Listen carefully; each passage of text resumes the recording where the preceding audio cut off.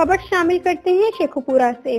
थाना housing colony में हुई अनोखी वारदात, जिसका कोई पुरसाने हाल न रहा। छोटा थानेदार मुश्ताक एएसआई ने मुल्जमान से साथ बात करके कसम का झूठा बयान लिखकर मदई के जाली साइन करके मुकदमा खारिज कर दिया।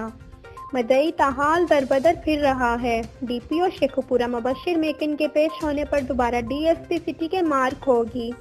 मोहम्मद बूटा ने मीडिया से बात करते हुए क्या कहा, जानते हैं ताहिर खान की इस रिपोर्ट में। सर दसो तरना की वकूआ पेश आया। मेरे नाल वकूआ है जी। मेरा मुंडा ਜਿਹੜਾ 1 ਸਾਲ ਪਹਿਲੇ ਤਲਾਕ ਦੇ ਦਿੱਤੀ ਬੁੱਢੀ ਆਪਣੀ ਨੂੰ।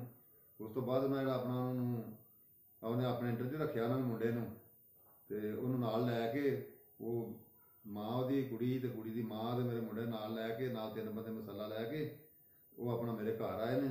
ਮੇਰੇ ਘਰ ਆਣ ਕੇ ਉਹਨਾਂ ਨੇ 2.5 ਲੱਖ ਰੁਪਈਆ 7 ਤੋਲੇ ਜ਼ੇਵਰ कीमती एशिया को कीमती कागजात मेरे मैं रजिस्ट्री मकान हर चीज़ लैके निकल गए ने। उस तो बाद मैनू होर चीज़ का किसी पता नहीं सी। मैं थाने गया सीधा जाके दरखास्त दी है।